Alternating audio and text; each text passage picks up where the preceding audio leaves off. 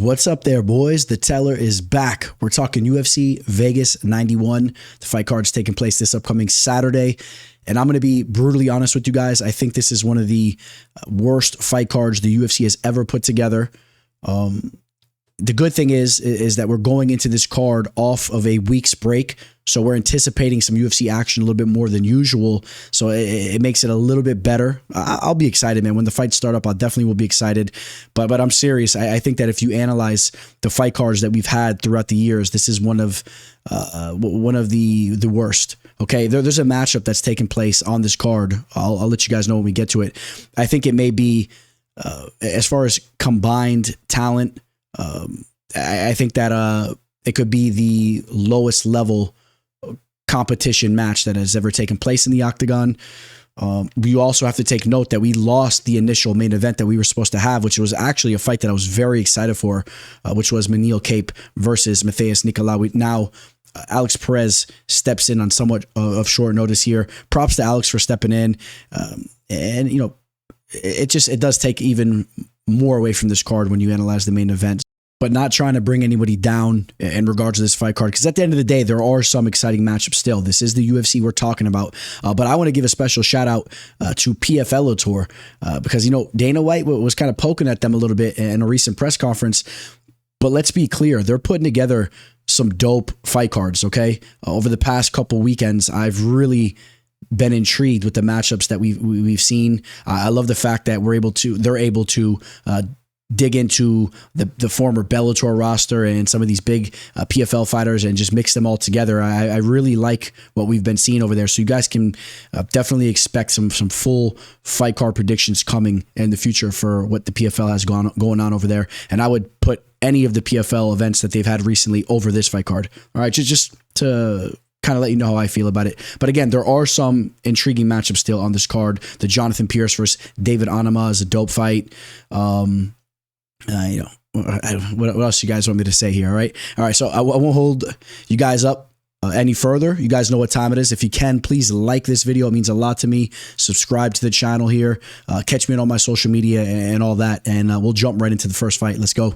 Welcome to the show. This is the MMA fortune teller. Yeah.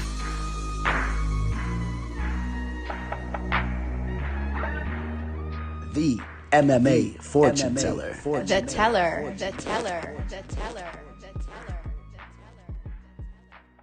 Kicking the card off, we have Hayisaer Maheshate taking on Gabriel Benítez. Maheshate coming off a brutal knockout loss against a fighter who's really been on fire. I know he went to a draw in his last fight, but the way that he finished that fight up, that was essentially a win for him in Slava Borishev. That's a tough outing there for anybody in the division. Before that, he took a loss to Rafa Garcia.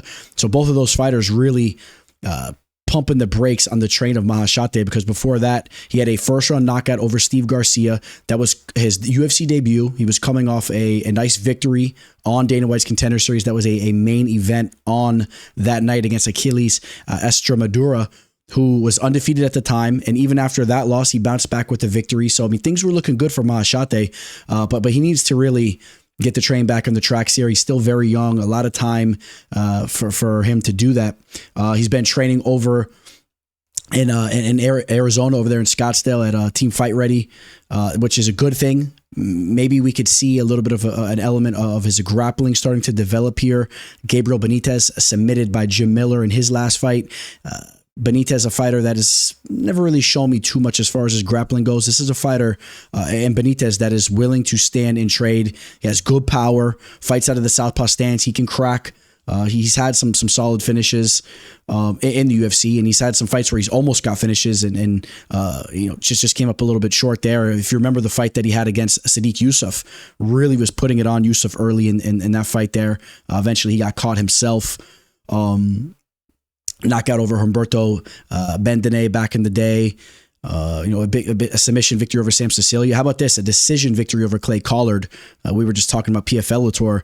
Got to tip my hat to Clay Collard, man. What he is doing in the cage is ridiculous. That fight that he just had was stellar. If you guys didn't see the victory that he just had over Patricky Pitbull, the lesser of the Pitbull brothers there, but still a solid fighter. If you want to watch a dope fight, if you missed that, go run the tape back on that. All right, but still, so Benítez has some victories throughout the years, but he's 35 years old now. That is something that's definitely going against him in this spot. I have a feeling this fight is probably going to take place in the feet. Maheshate favors his striking as well, but I did throw out the element. Maybe he starts to show some wrinkles with his wrestling. Maybe he shows some development there and tries to sneak in some takedowns after getting knocked out the way that he did. Maybe he's a little bit more hesitant to stand and trade, but he's a decent striker. Makes some mistakes defensively. We saw that catch up to him there against Slava Klaus. He keeps his head up a little bit and needs to work on his footwork and his head movement and whatnot. And Benítez is a fighter that can make you pay. He also throws heavy leg kicks. And this is a fight that could potentially play out close. All right, so I want to say that before we slide over to the betting line, because I'm not in agreement with the betting line here. First off, we go over to my bookie. Maheshate opened up as a -270. Not in agreement with that line whatsoever. And I'm not even really in agreement with it even now, as he's a -212. I'm not in agreement with him anywhere up in the -200s. I think this is a fight that should be capped a little closer. Benítez is a game fighter.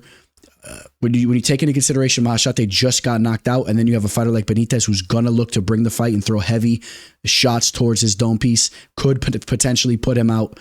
But if Maheshate can avoid that big shot, I do see Maheshate winning a decision in this fight.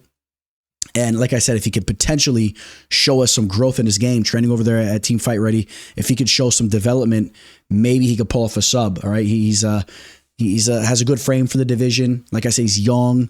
Maybe we see some growth there. So I will be picking Maheshate to get the job done. I'm gonna say via decision.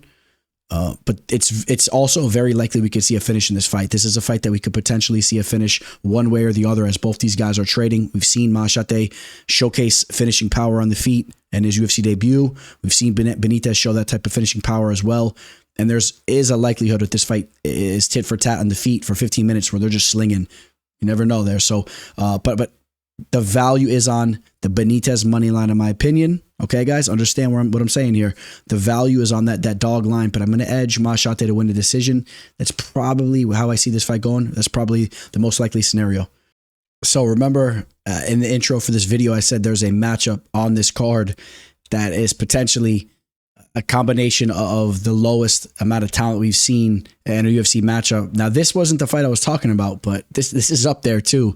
And maybe I'm wrong on this girl, Petrović, who did lose her UFC debut and really didn't look that good in that fight against Luana Carolina. But Petrović does have some time to show us she can evolve her game. Maybe she had a little bit of octagon jitters. She only has 7 professional fights. Now she came into her debut with just 6 professional fights. So even though she's 29 years old, she has some time to grow. She's a decently well-rounded fighter. But really, when I'm talking about this fight being a matchup of combined low-level competition, it's more towards the not Liang side of things. Now, she's a fun fighter to watch, but man, she's bad, man. She's bad. She breaks down like a 62 Cadillac.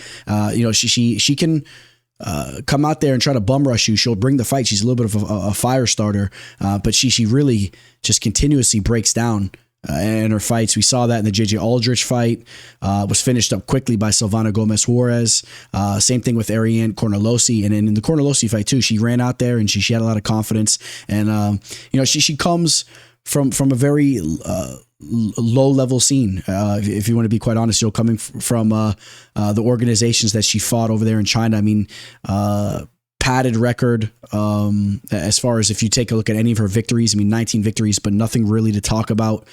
And again, I don't want to sit here and just poke at her too much. I really hope she steps into the octagon and we see some growth from her, because she's somewhat of a character, a fun fighter to watch. If you guys have seen her fights, she's different. So the thing is Ivana Petrović is a fighter that is she's well-rounded, like I said, and I think that she should be able to hang around in this fight, weather the early store from Na Liang, and eventually just take this fight over. I think there's potential that Ivana will get a finish here. I mean, why not? Na Liang is just continuously finished. I mean, it's a very likely scenario that Petrović can maybe set up a sub or kind of flatten her out and set up some ground and pound.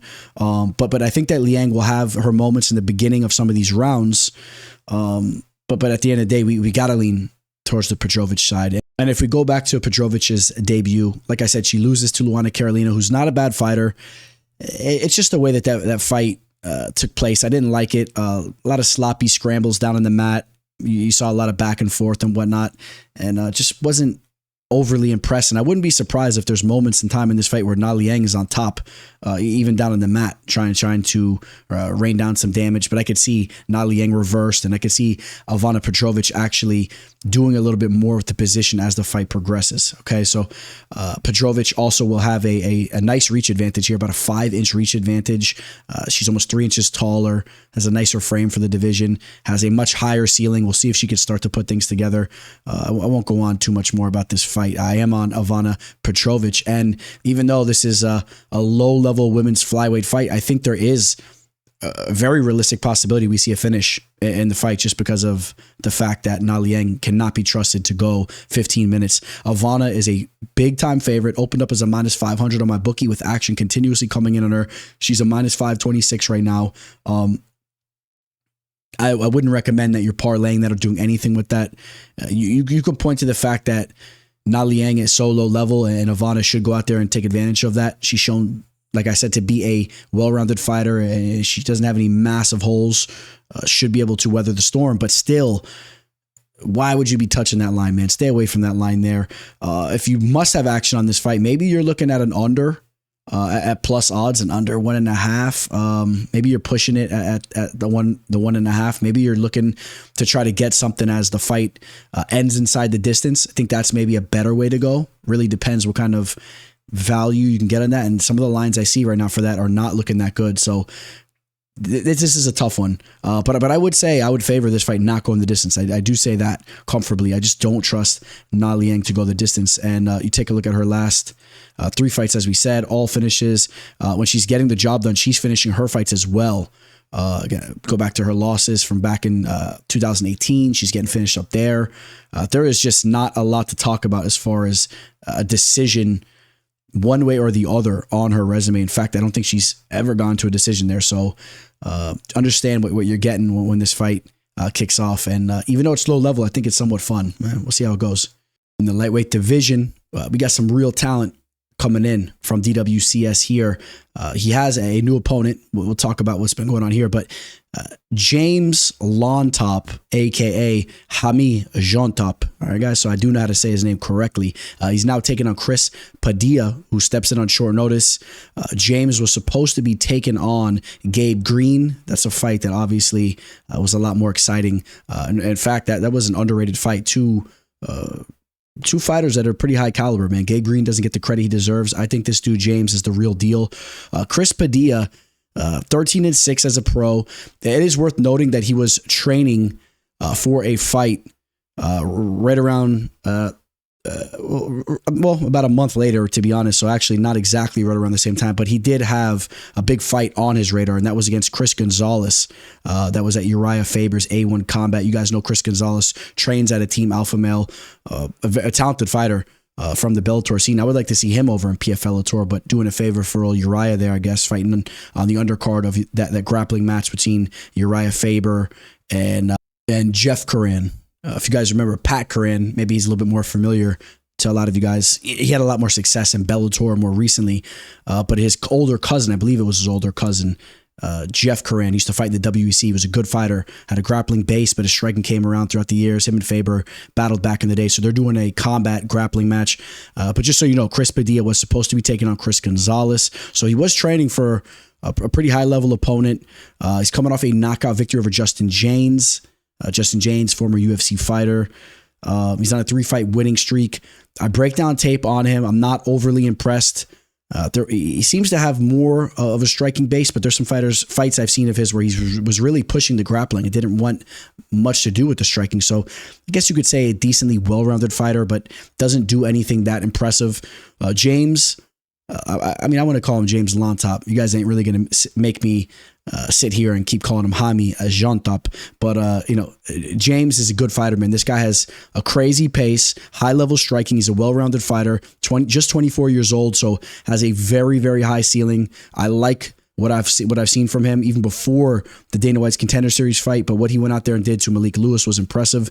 I'm high on Malik Lewis. I know Malik Lewis took that L on Dana White's Contender Series now twice, but he just gassed out against Trevor Peek. He really didn't understand what Peek was all about. He didn't pace himself well. He had a lot of success early on in that fight, and then he loses to Llontop, who's the real deal as well. But I think Malik Lewis is the real deal. I think Malik Lewis would get a W over Chris Padilla from what I've seen from him.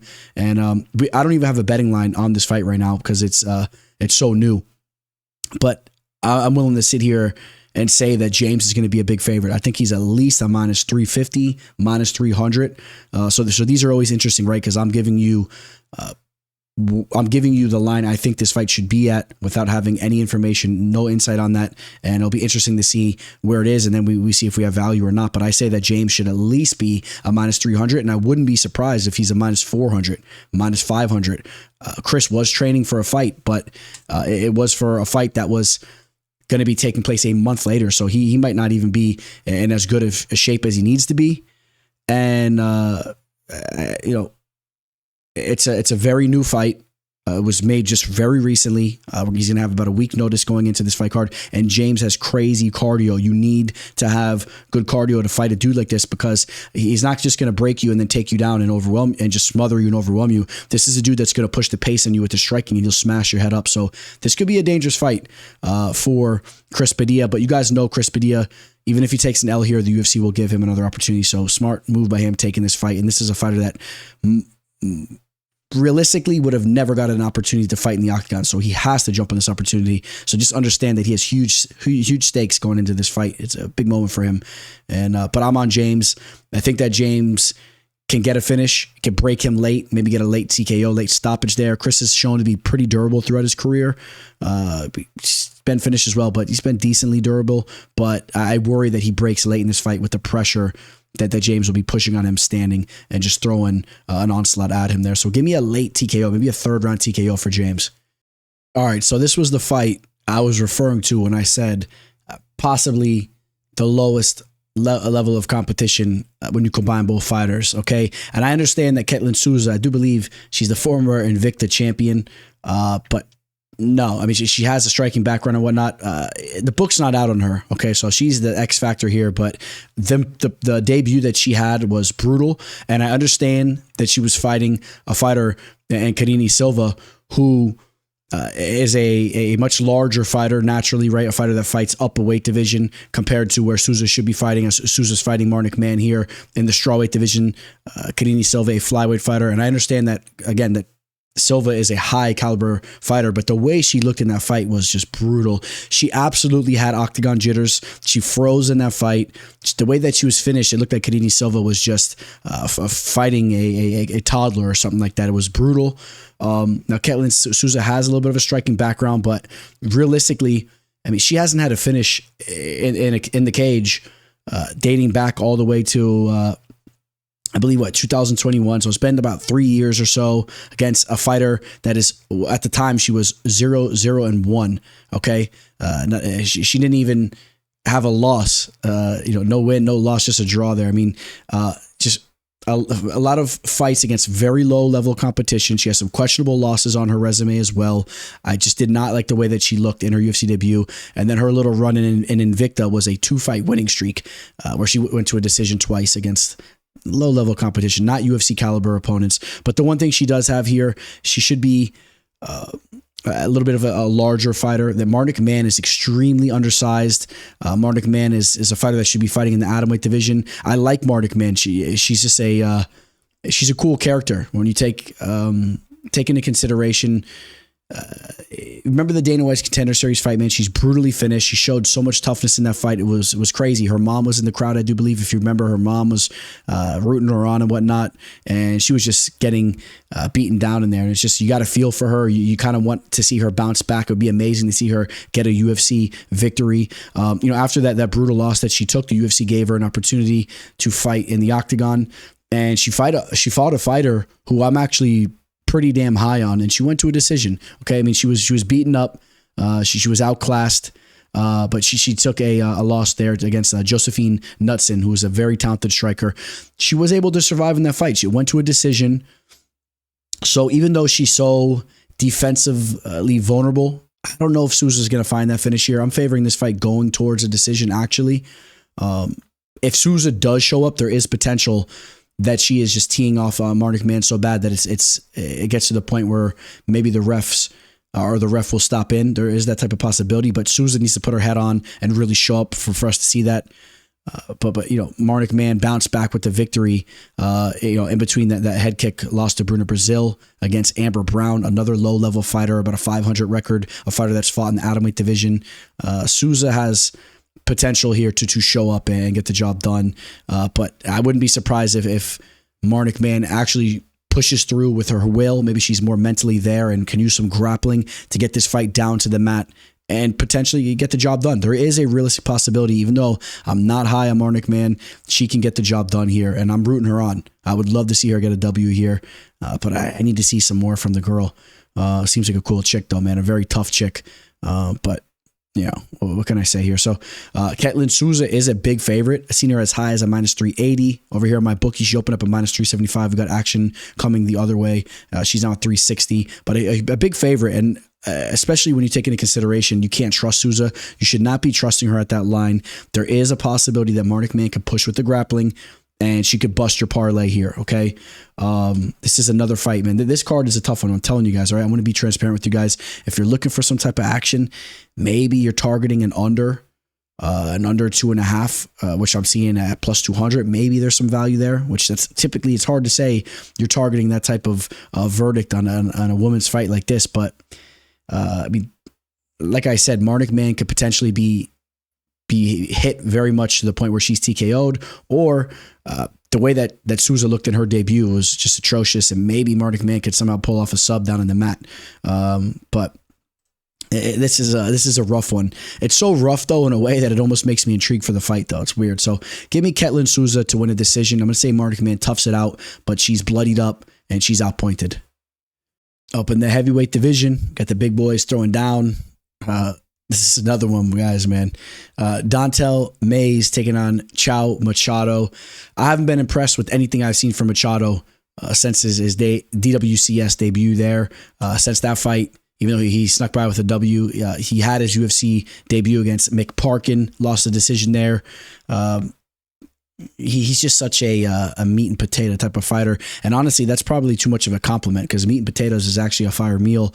Maybe a peanut butter jelly sandwich. It's just bland. He has some jiu-jitsu, doesn't have the best wrestling to get it down to the mat, not high in his striking. It's just, everything is just so blah. At least with Dontel Mays, Dontel Mays has some major flaws in his game. He's sloppy at times, but he does have some power. And he's flashed at times, be it was against low-level competition. Remember, he just got a knockout against an aged Andrei Arlovsky. Kind of went to battle with Hamdi Abdulawab, which that was a fight that he did lose, which I'm trying to remember. I think that the judges give him that fight, but we all remember he kind of lost that fight. Or no, I think he did lose. And Hamdi tested for all types of stuff. He had a failed drug test. Hamdi had a wrestling background going in that fight. And, Dontel Mays battled. He was taken down at times. He was trying to work his way up. Thought he looked good against Josh Parisian, a lower level fighter in the division, but got that finish there. And Dontel Mays is still not a finished product. And if Dontel Mays has his head on his shoulders, I still think there's potential that we see his game take a slight step up through the next couple of years. He's 32 years old, which is very young for the heavyweight division. He surrounds himself with good people. Of course, if you guys remember back in the day, Greg Jackson and Mike Winklejohn were two of the most respected coaches in the game. And you could say Dontel Mays is one of their real students, right? We know that Dontel Mays has put in a lot of time with John Jones. In fact, I believe that was how John Jones got injured. He was kind of grappling with Dontel Mays there. So he surrounds himself with some good people. If his head is on his shoulders and he's really looking to elevate his game still, if he's hungry, I think that he could continue to evolve his game. I thought that his cardio has looked a little bit better as of recently as well. And this is a fight, man, that it's really hard to pick. I'm just going to be transparent with you guys. It's hard for me to really side with Dontel Mays in any fight, but I like Dontel Mays here. I think that he will throw the more powerful strikes out there, which could look good for the judges' scorecards. I think he'll put a little bit more zest in his shots, which Machado's more of a pitter-patter. But if Don'Tale Mayes does slow down, I could see Machado edging him out round to round just with his volume. But I'm hoping that Don'Tale Mayes is in good shape here. Don'Tale Mayes has a 3-inch reach advantage. I think that Don'Tale Mayes could potentially stuff some takedowns if Machado tries to go that route and tries to use his jiu-jitsu. Don'Tale Mayes could scramble, keep the fight standing. It will look good for the judges' scorecards if he's preventing Machado to get the fight down to the mat. It looks good for Mayes, but Mayes has to have his moments offensively as well, and I think there's potential he could do that. We've never seen Machado finish, but we haven't seen Machado fight anybody, and I have to note this. I mean, you take a look at the level of competition that he was battling up there in Canada over at the BFL. And it's such a shame, man, because Canada had such a strong start to mixed martial arts. When you think about GSP and even before that, there were some tough Canadian fighters, and they've really fell off throughout the years. The BFL is one of the more known promotions up in Canada, and you look at that level of competition. You can't see all the resumes here, but trust me when I tell you that these are all low-level fighters. Lee Mean, that's the father of Jordan Mean, if you guys remember. Jordan Mean, very talented fighter who fought in Strikeforce and whatnot. Lee Mean, he's an old man, all right? So he has 2 victories against Lee Mean, who was an old man when they're fighting. You have to understand that, okay? So Chris Larson, Justin Doge, these are just, I'm not impressed, okay? So Don'Tale Mayes is a step up. And now Mick Parkin obviously was that step up as well, and Chow Machado fared decent. But just, I don't know, man. I'm going to go with Don'Tale Mayes. That was my initial gut. I do not say it with a lot of confidence. I would never be betting this fight. I'm going to root for Don'Tale Mayes. I hope he shows up, gets the job done. But just because I think that Chow Machado is so boring to watch fight, at least when it comes to Mayes, we know that he's not the most talented and not the most polished fighter, but he brings it at times, man. It's kind of entertaining to watch the Don'Tale Mayes scrap, I would say. Some of his fights play out like that. So open up as a -170. My bookie's now -103. This fight came down to pick 'em odds, which is obviously, as I'm talking about this, you guys can tell that's where I have this fight. I have it more at pick 'em odds. I'm torn on who I'm picking here. Don't know why Don'Tale Mayes would have been a -170. That's a little bit absurd to me. So yeah, I mean, the value is going to be on the underdog in this fight. That's the way I look at it. I have this fight pretty much capped dead even. And does it go over or under? Can Don'Tale Mayes potentially get that first finish on Machado? I'm not really banking on that. I think it's probably a sloppy scrap that goes the distance. The over 2.5 right now, right around -186. Not a lot of value there, but I do feel this fight goes the distance. I don't think that either man get the other out of there. I think it'll be a kind of a sloppy heavyweight 15-minute fight. In the lightweight division, we got Austen Hubbard taking on Michal Figlak. Now, Figlak, it's kind of crazy when you think about it. He's been out of the cage for over a year and a half, right? He's a young fighter, made his UFC debut in his last fight, took that L. It was against high-level competition, though. You guys know I am pretty high on Firas Zaim. Went to a decision there, but Zaim was in complete control of that fight. And there were some things that Zaim did in that fight that I think that Hubbard could potentially do as well. Zaim did have success down in the mat. Now, Firas Zaim is a fighter that is a striking-based fighter, but he's becoming a very well-rounded fighter. And he was opening up Figlak down in the mat with elbows and whatnot.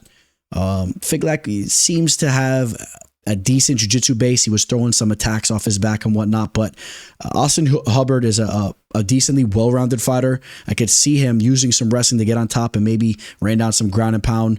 Austen Hubbard is a fighter, 15-7 as a pro. You take a look at his losses, though, they're decently respectable, especially as of recently. The Kurt Halabaugh, I know Halabaugh just lost another fight, but Halabaugh's a tough fighter.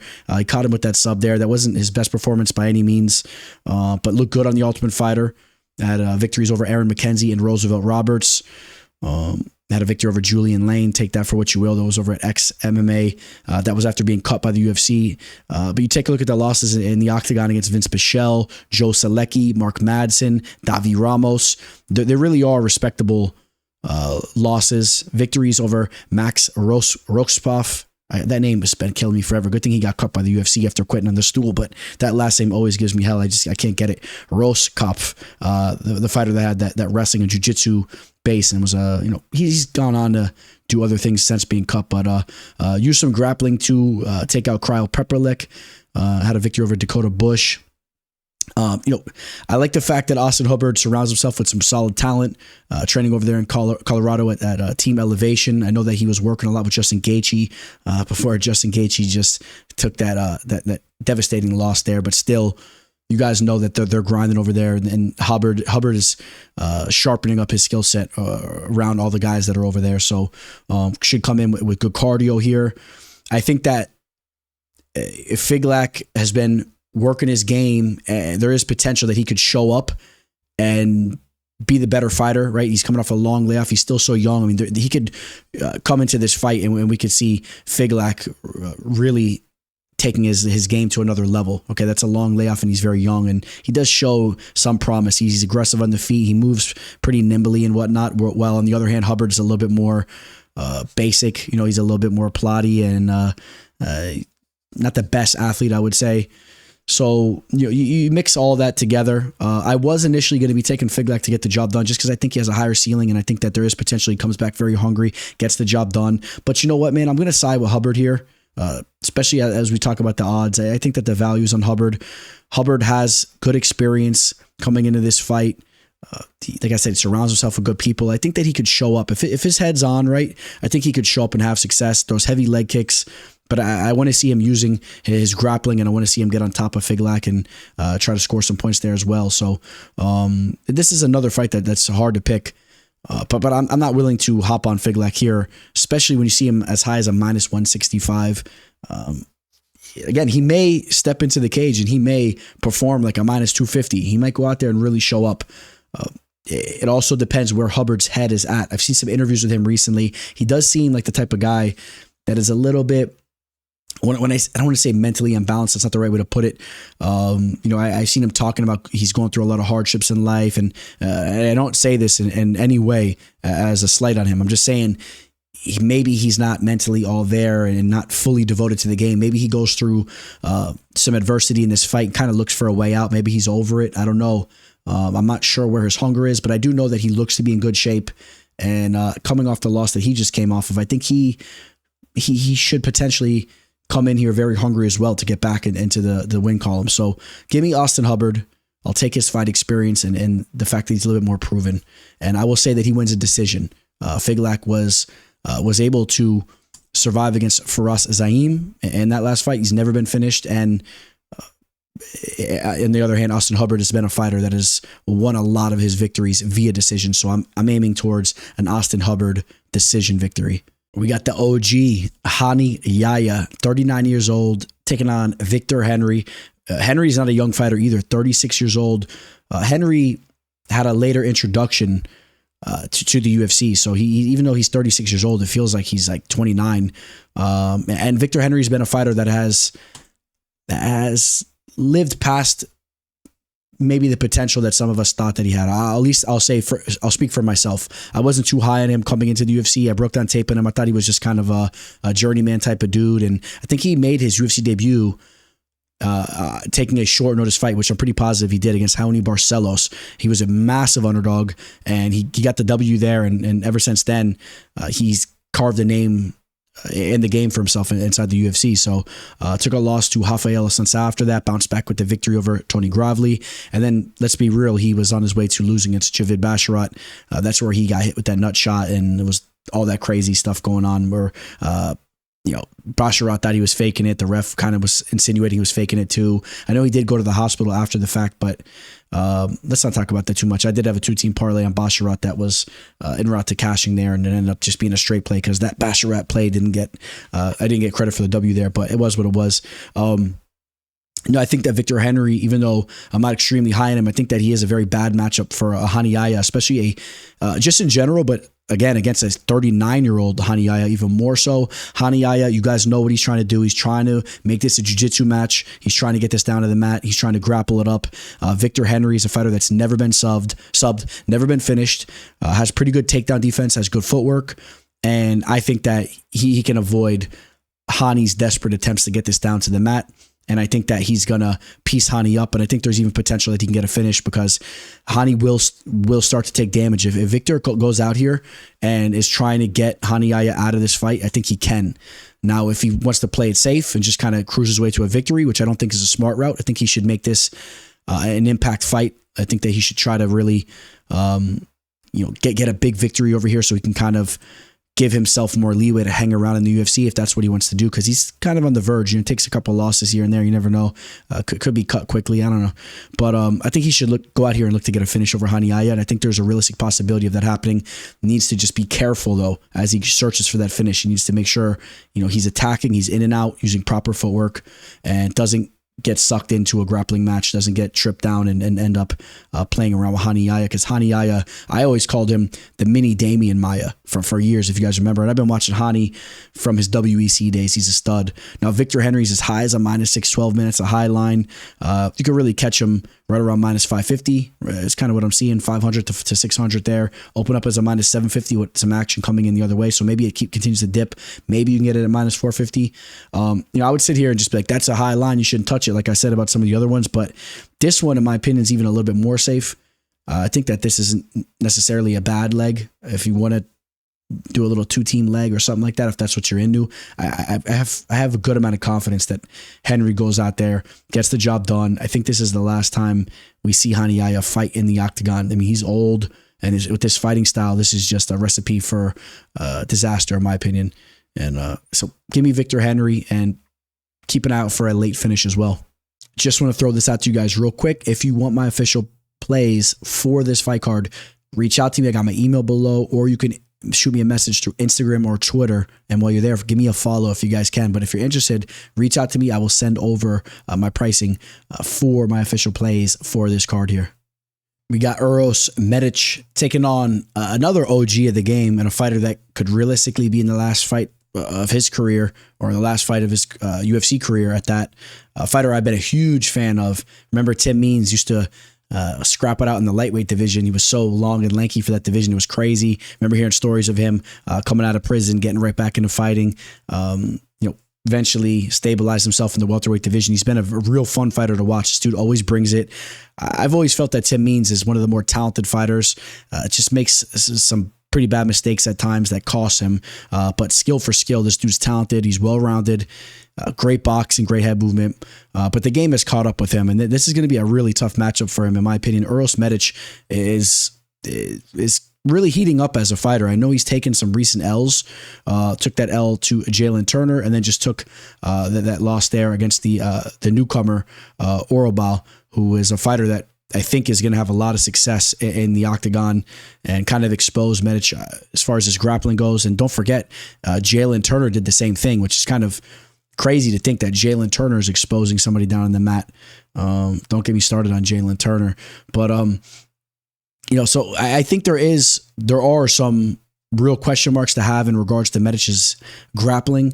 Now, Tim Means, if you keep up with Tim Means, you know that Tim Means is a coach of a wrestling team, I think a high school wrestling team. So even though he's more of a striking-based fighter, he's not a fighter that's foreign to wrestling. He knows how to wrestle. He's teaching people the fundamentals of wrestling.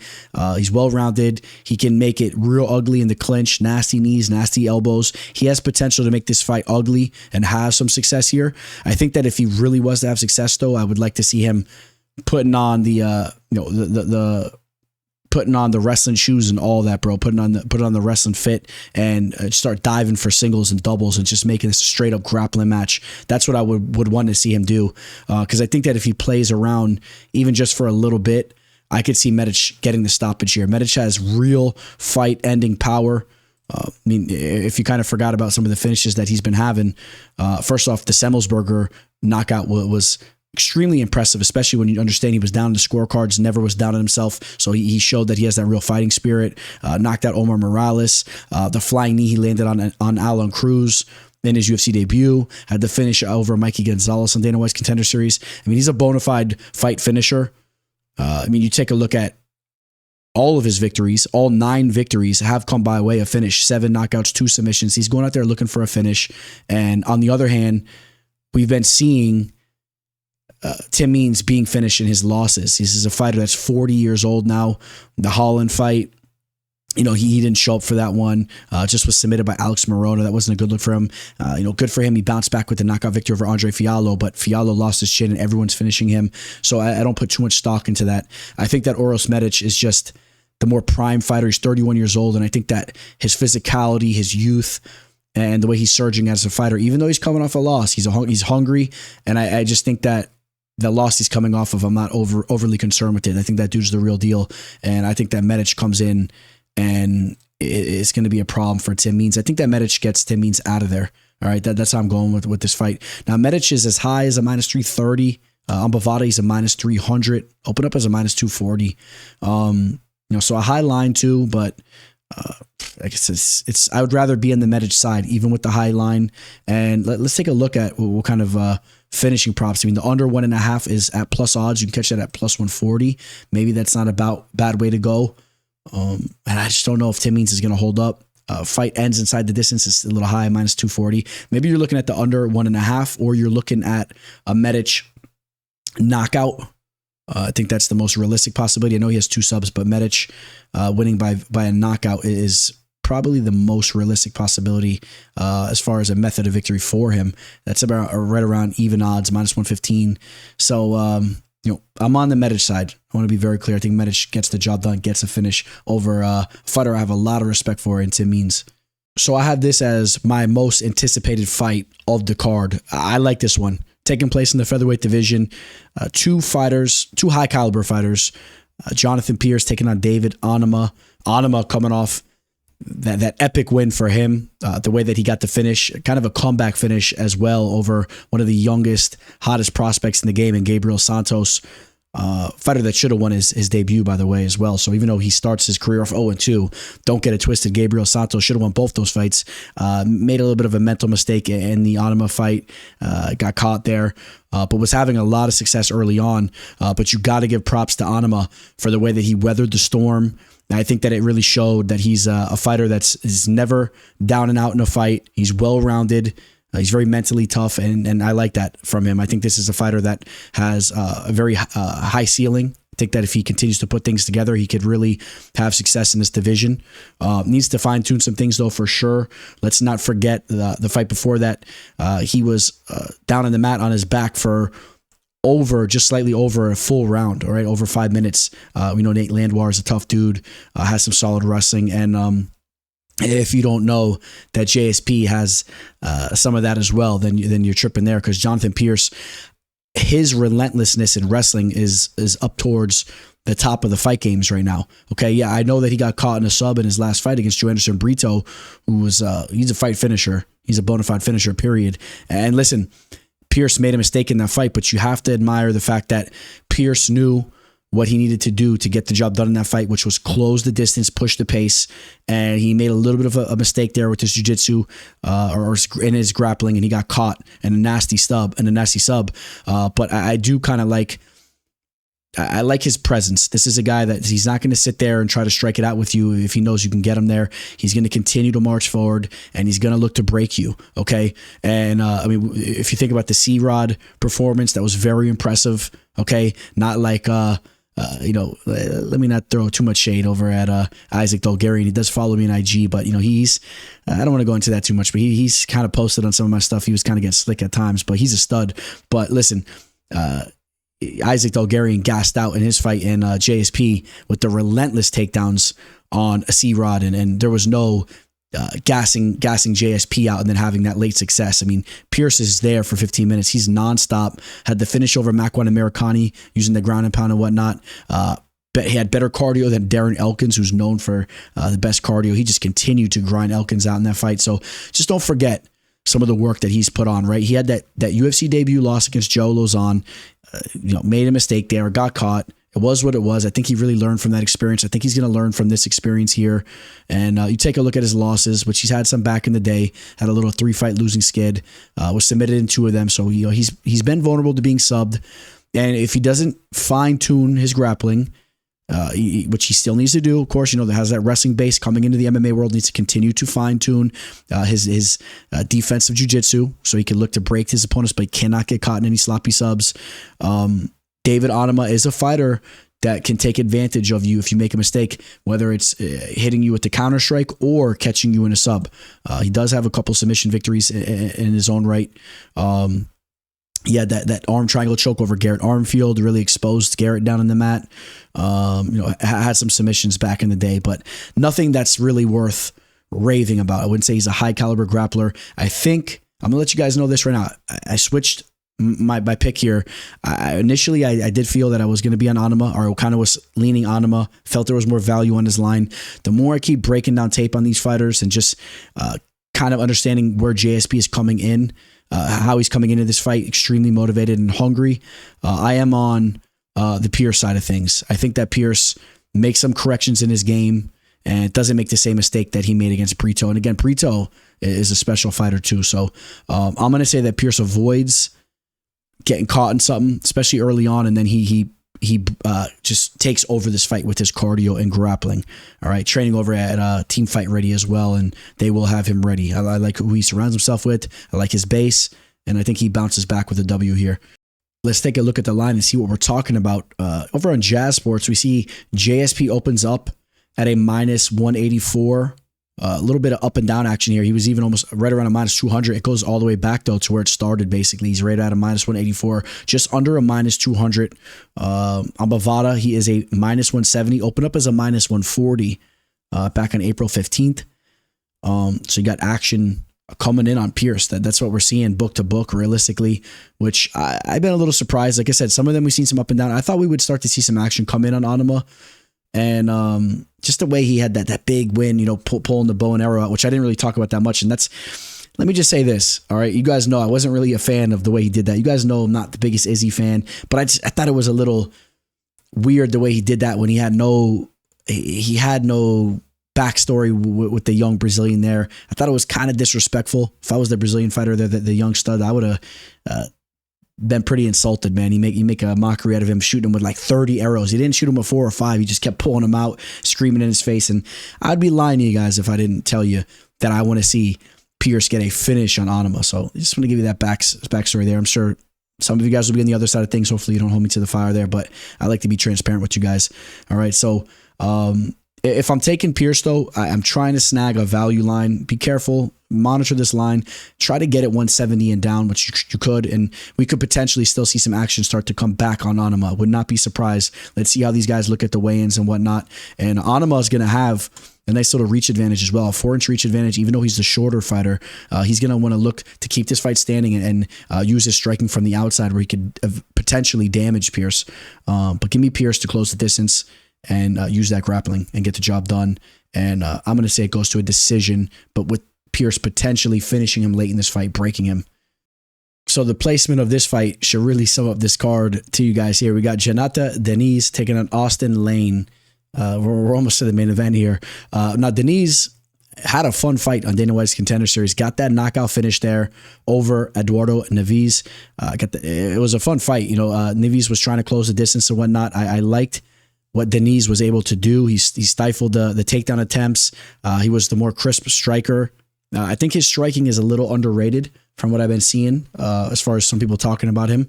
I think that he has some legitimate potential with his striking. I think that he's pretty crisp. I know he doesn't look like the most phenomenal athlete, but he's a solid heavyweight fighter that moves decent, has about an 80-inch wingspan, and Austen Lane is a very rangy heavyweight. He's long and he's a great athlete. We know that he played for the Jacksonville Jaguars at one point in time. And that's really his edge as a fighter. When he came back and had success on Dana White's Contender Series, right, in his second time. Remember, he lost to Greg Hardy, got knocked out, which is really, that sums him up as a fighter that is very, very flawed defensively and technically. He's very flawed, but he is a fighter that moves well. For such a big athlete, he has good footwork and he can kind of spam you with like body kicks and whatnot. That's kind of how he had success in his redemption spot there. But as a fight plays out, especially in a fight against a guy like Jhonata Diniz, as the fight plays out, when you have a fighter like Diniz that is just a much more technical fighter, who's going to be able to land, he's going to be able to set up landing those big shots, the big strikes. Well, Austen Lane's going to look lost, just how he did in his last fight. Where he was completely outclassed but by the big boy Tafa there and got knocked out. So, I mean, the chin is hurt. It's damaged. And I think there's a very realistic possibility that Diniz gets a knockout victory on him. That's where I'm going with this. Diniz is now 32 years old, 6 pro fights. He's a little bit of an older fighter. per his resume, but so understand he's just going to get more confidence as his fights goes. I mean, we're going to start to see him elevate his game here, and I think this is a perfect setup UFC debut fight for him. I don't think Austen Lane's on the level. Maybe I'm completely overlooking him. Maybe he can mix things up and use his athleticism, but I saw the way Diniz stuffed Neves' takedowns and whatnot, and I thought he looked decent in there. His footwork looked decent, and I would like to see him maybe fix his diet up a little bit, maybe train a little harder. I don't know. I would like to see him maybe a little bit more chiseled, but he has some skills, and I am on Jhonata Diniz to get a knockout finish in this fight. I'll go first round knockout there. I just think that Austen Lane's not technically where he needs to be. That's never really caught up to where it needed to be. Since his loss against Greg Hardy, he's never really brought that aspect of his game up. He just gets W's, but like I said, by using his athleticism. But at some point in time, you need to refine your skill set. You need to be more technical with what you're doing out there, and he's just he doesn't have it. All right, so Jhonata Diniz is right around a -250 favorite. He's a big favorite. We see money coming in the other way, so maybe you sit back on this line a little bit if you're looking to parlay it, or you maybe look for that under 2.5 rounds, which is at a -155. Was at -115, now at a -155 in Bovada. You might be looking for. Excuse me. Sorry, pulled up the wrong line there. I'm sorry. Makes a lot more sense. 1 second now. Stick with me, guys. The under 1.5. I was gonna say here. Wait a second. What's going on? I knew that didn't make sense from what I saw previously, but it's right around -285, which opened up at -175. And I very much favor the under 1.5. I favor this fight not going the distance, which that's going to be juiced up, of course. Diniz winning inside the distance at -220. I mean, even that though, you got to be a little careful. It's a juice line, but this is a tough card, man. There's not a lot of value on this card. There's some spots where there's some value, but overall, this is a stingy event. But give me Diniz to get that first round knockout. Maybe you look to get a Diniz winning in the first round, -130. You're not even getting plus odds on a first round finish. It's tough. So maybe I misspoke earlier. This is probably my most anticipated fight on the card. Ariane Lipski taking on Karine Silva. It's always exciting to watch a Lipski fight. I don't know how she got that last name, Lipski. Being a Brazilian fighter, that sounds like some type of Polish name, but who knows? Karine Silva, a fighter that has shown to have some real promise in this division since coming into the UFC off Dana White's Contender Series, still has not took an L. Lost 4 times early on in her career, but really putting it together right now. Coming into the UFC, gets that debut victory over Pauliana Botello. Ketlen Souza, who we talked about earlier, submitted Marina Moraz like it was nothing. And this is a fighter that has good striking, but really showing that she's a polished grappler. Ariane Lipski, I think a fighter that you could say is a very well-rounded fighter, has some Muay Thai experience, has some nasty jiu-jitsu skills. This is a girl that can outstrike you. She can catch you in a sub. Think about some of her bigger performances. Just submitted Casey O'Neill. You guys know we were on Lipski. We picked her. That was an underdog pick there. Decision Melissa Gatto. Decision JJ Aldrich. It's a solid victory there. She did get knocked out against Priscilla Cachoeira. That was a little bit of a questionable one, but remember, Cachoeira just kept sneaking in these knockout victories somehow. Lost this to Antonina Shevchenko and Montana De La Rosa. Finished in both of those. The Antonina Shevchenko fight was really a fight that made her look so bad. And that's why I'll be honest, and I'm sure a lot of you guys can admit it too. A lot of us slept on Lipski for a while. Eventually, I caught on though. Like I said, I picked her over Casey O'Neill, which I know Casey O'Neill was a fraud. I knew that. But I did sleep on Lipski for a while because Antonina Shevchenko is a fighter that was nothing like her sister, or say is nothing like her sister. I mean, I don't even know if Antonina's on the UFC roster these days, but her grappling was just so low level, and to see her go out there and have success down in the mat against Lipski, it made me really question Lipski's skill set. But she's been putting it together.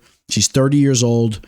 She's looking good. I think that this can very much be a competitive fight, but I like what I've been seeing from Karine Silva more so. I think the ceiling on Karine Silva is higher.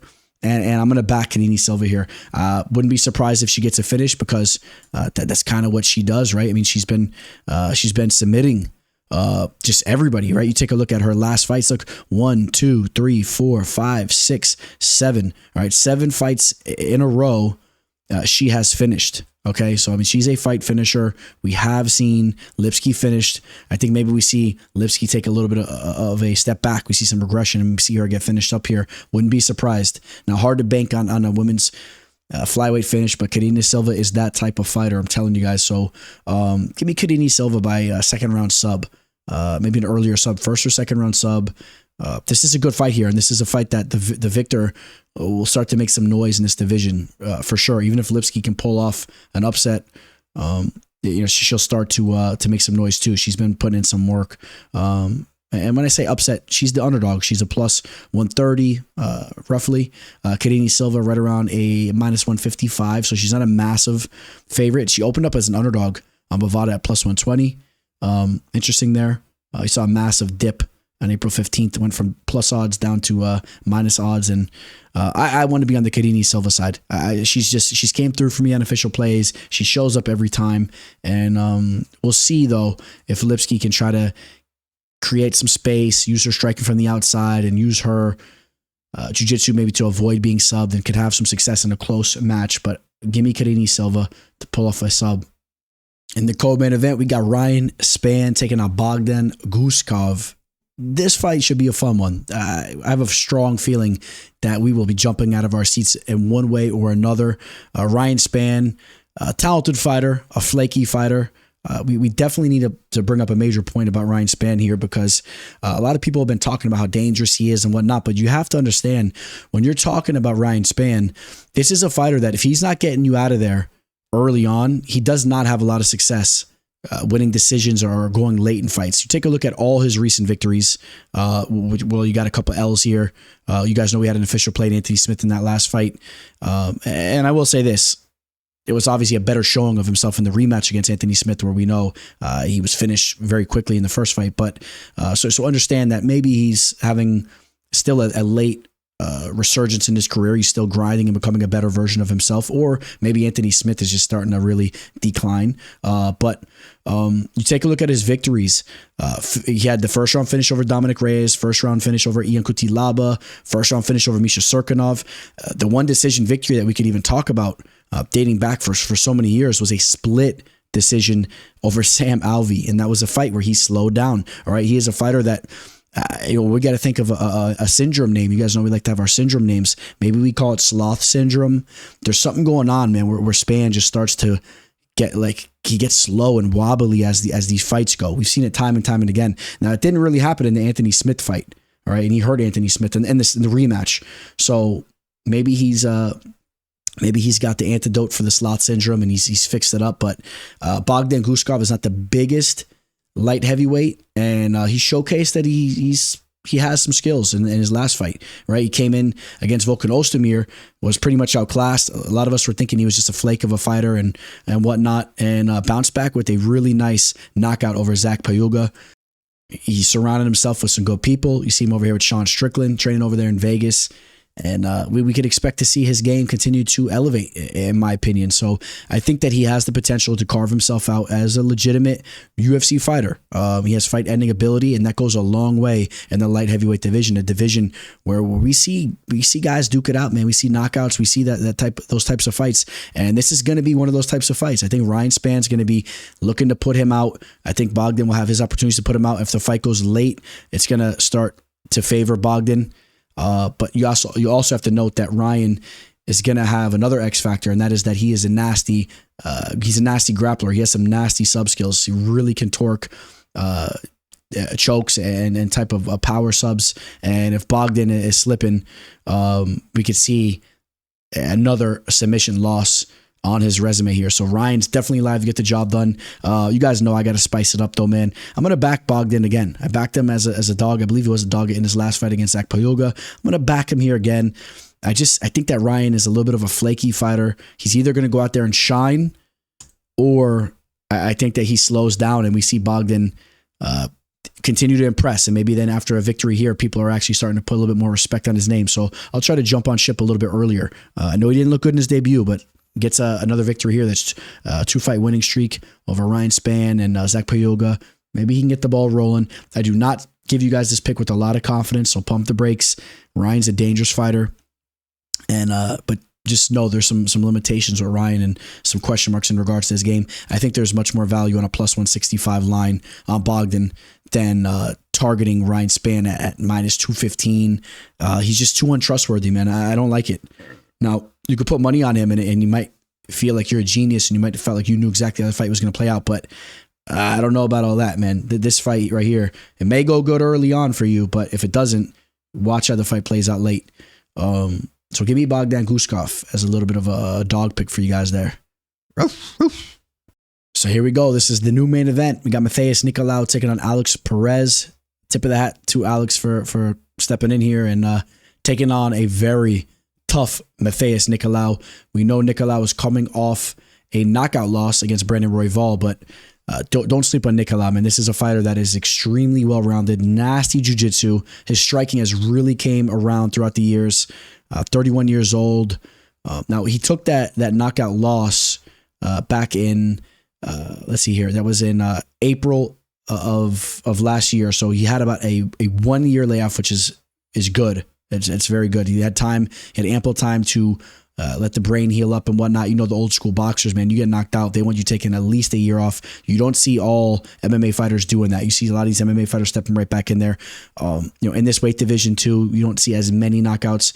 I think that Matheus Nicolau should be able to avoid being knocked out in this fight. Where if he does that, this fight really should play into his hands. Alex Perez, not really the biggest knockout artist. 5 knockouts out of 24 victories. One of those knockouts, or TKO victories, was due to leg kicks. He does have some nasty leg kicks. Remember what he did to Hayisaer Formiga, the jiu-jitsu specialist there. Matheus Nicolau is not a Hayisaer Formiga. He's a much more well-rounded fighter. I edge Matheus Nicolau even in the striking game there. I know he's hungry to get a bounce-back victory. He gets a victory here. He'll start to mix his name up to eventually pushing his way towards a title shot. Probably needs another win or two, of course, coming off the knockout loss. But let's not forget, he was putting in some serious work before taking that L, okay? Knocked out Matt Schnell, decision David Dvorak, Tim Elliott, decision to Manil Cape, who's been on fire. Okay, so even had a couple of victories outside the UFC after being let go when he got knocked out by Dustin Ortiz. And just kind of bringing up that point once again, he has been knocked out, but I just don't feel Alex Perez is the fighter to do that. And let's just take a look at what Alex Perez has been doing a little bit deeper. Just got decision by Muhammad Makayev, submitted by Alexandre Pantoja. You guys know I've compared Pantoja to Nicolau for a long time when these guys were not ranked, working their way up. They're two fighters that always reminded me of each other. All right, so can Nicolau do what Pantoja was able to do? He was also submitted by Devison Figueiredo, who just submitted Cody, really showcasing that he has some nasty and underrated jiu-jitsu skills. So I'm not really overly impressed with Alex Perez's resume. He also has shown to have some low fight IQ at times. The Figueiredo fight was a perfect example of that. If you remember how it played out, kind of let the moment get to him. And that was a main event as well. This is another main event spot. I could see Alex Perez just making some bad decisions in there. And he had a long layoff as he worked his way back into the fight game. 32 years old, still has more to give if he has his head on straight and make some corrections there. But Matheus Nicolau is just a stud. I'm on Matheus Nicolau to get the job done here. I think he finds the submission. I think that he gets Alex Perez out of there. He'll have time to do it. Perez is a fighter that out of his 8 losses has been sub 5 times, even knocked out once, only decisioned once, and all those 8 losses. He tends to get finished. So Matheus Nicolau, I do believe, has the potential to do that. I just want to say this as well, though. I know I'm sitting here raving about Nicolau. I have had question marks in regards to Nicolau's cardio at times, so he better come into this fight in great condition and a fight like this, of course. So, if he slows down, maybe Perez, if he's in phenomenal shape, can take over this fight late. But I'm on Nicolau. All right, so Nicolau right now is a minus 180 on Bovada, opened up as a minus 175. So minuscule line movement. Planning for this original date, it was Nicolau. I think Alex Perez had a pretty good heads up anyway. He's had time to prepare, but still, I like that Nicolau's had this date on his calendar for a long time, and I like the fact that he's hungry. Give me Nicolau to get the job done here in the main event. All right, guys, that's going to wrap it up here. Not going to give you guys a big old long speech because this is a smaller fight card, and I know I got this video out a little bit later as well, so I know there won't be too many of you guys tuning in, but I'll save some of the good stuff I've been thinking about deep.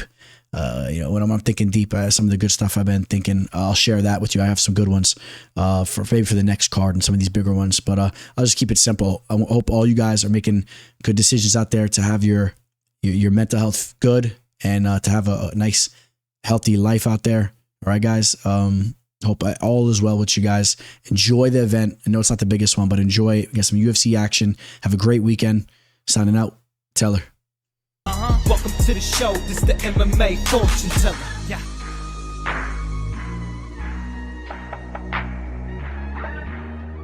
The MMA fortune teller. The teller.